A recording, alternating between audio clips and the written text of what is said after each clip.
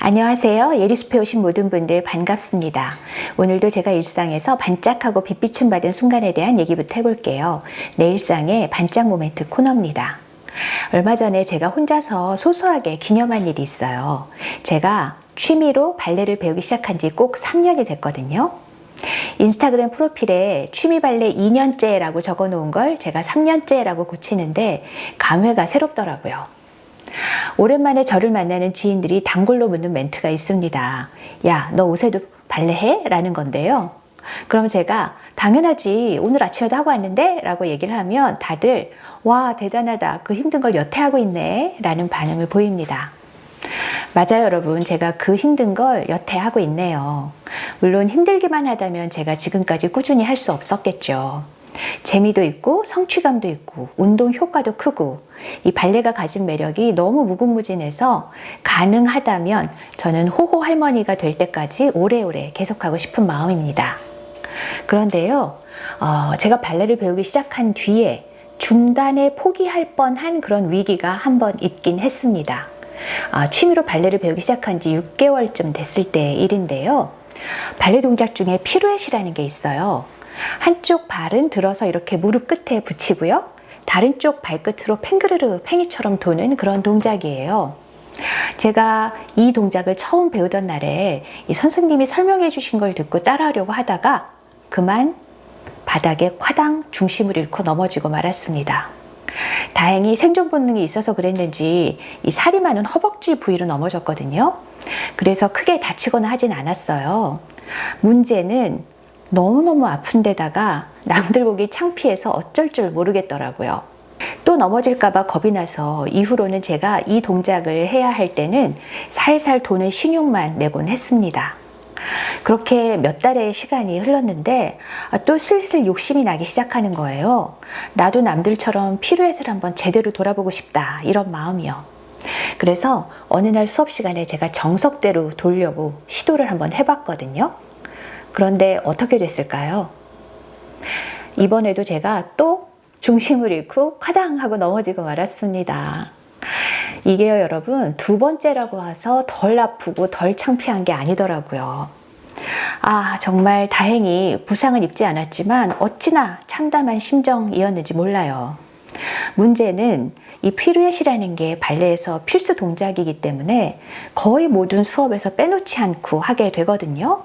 그러니까 이걸 못 해내면 발레를 계속해서 배우기가 어려운 거예요. 너무 좋아하게 된 발레를 이것 때문에 그만둬야 하나 고민이 정말 컸습니다.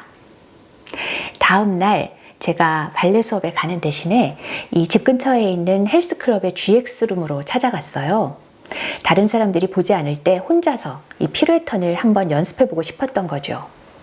이걸 극복해내지 않으면 제가 계속해서 발레 수업을 들을 수 없을 것 같았거든요. 근데요, 또 넘어질까봐 두려워서 쉽사리 시작할 수가 없는 거예요.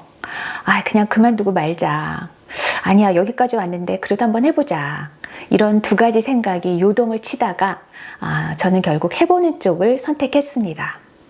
두렵다고 해서 지레 포기하는 사람이 되긴 싫었거든요. 처음에는 예전에 그랬던 것처럼 살살 도는 신용만 했어요. 그랬더니 넘어지지 않더라고요. 그래서 조심스럽게 제가 선생님들이 말씀해 주신 대로 정석대로 돌려고 시도를 해봤습니다. 네, 이번에도 넘어지진 않았어요. 물론 잘 해내지는 못했지만 저는 제가 두려움을 이겨냈다는 것만으로 얼마나 기뻤는지 모릅니다. 그렇게 제가 포기하고 싶은 마음과 맞서 싸운 덕분에 지금까지 즐겁게 발레를 배울 수 있게 되었어요. 솔직히 저는 요즘도 피루엣을 해야 될 때는 살짝 공포감을 느끼곤 하거든요. 그럴 때마다 속으로 할 수 있다, 넌 할 수 있다, 이렇게 스스로를 다독이곤 합니다. 2바퀴, 3바퀴도 거뜬하게 도는 다른 취미 발레인들에 비하면 아직 한 바퀴도 완벽하게 돌지 못하는 저는 한참 부족하죠. 그렇지만 저는 스스로를 칭찬해주고 싶습니다. 무섭다고 포기하지 않은 것에 대해서, 그리고 조금이라도 나아지려고 날마다 노력하는 것에 대해서요. 이렇게 끊임없이 도전하다 보면 언젠가 저도 2바퀴 깔끔하게 돌 수 있는 날이 오긴 오겠죠? 지금부터는 숲에 묻고 숲이 답하다 코너를 진행해 보겠습니다. 저에게 조언을 청했던 많은 분들과의 대화를 간추려 소개하고 있는데요. 제가 대학에서 토론 스피치라는 과목도 가르치고 있어요. 그런데 지난 학기에 제 수업을 들었던 수강생들 중에서 유독 기억에 남는 한 학생이 있습니다. 자신의 두려움과 맞서 싸우는 용기 있는 모습을 보여주었기 때문이에요. 학기 초반에 자기가 남들보다 조금 더 잘 알고 있는 주제를 골라서 3분 스피치를 해보는 실습을 했었어요. 학생들 중에는 가성비 맛집을 소개한 그런 경우도 있었고요. 또 인기 있는 강좌의 수강 신청에 성공하는 팁을 알려준 경우도 있었습니다. 그런데 이 학생은 사회 불안 장애를 주제로 다룬 겁니다. 여러분 혹시 이런 질병을 알고 계시나요? 라는 질문으로 시작한 다음에 자기가 바로 그 질병을 앓고 있는 당사자라는 설명을 담담하게 이어간 겁니다.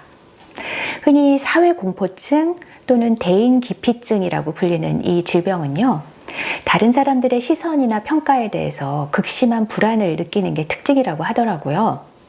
면접이나 발표 같은 다양한 상황에서 증상이 나타날 수 있는데 심한 경우에는 얼굴이 붉어지고 땀이 나고 몸이 떨리고 이런 신체적인 이상까지 동반할 수 있다고 해요. 그래서 이 학생은 대학에 들어온 다음에 몇 년 동안 발표를 해야 하는 수업은 무조건 피해 다녔고요. 남들 앞에 서는 것조차 꺼려왔다고 합니다. 그러다 보니까 상황이 점점 더 안 좋아졌대요. 어느 날 용기를 내서 병원을 찾아갔는데 의사가 노출 치료라는 걸 해보라고 권하더랍니다. 이 노출 치료라는 게 다른 게 아니고 자신이 가장 두려워하는 상황과 마주하는 것을 꾸준히 해보라는 얘기였던 것이죠. 그래서 그 학생은 첫 시도로 매번 수업 때마다 다른 학생들 앞에서 말하기 실습을 해야 하는 제 강의를 듣기로 결심을 했다고 합니다. 그 얘기를 듣는데 정말 마음 한켠이 찡하더라고요.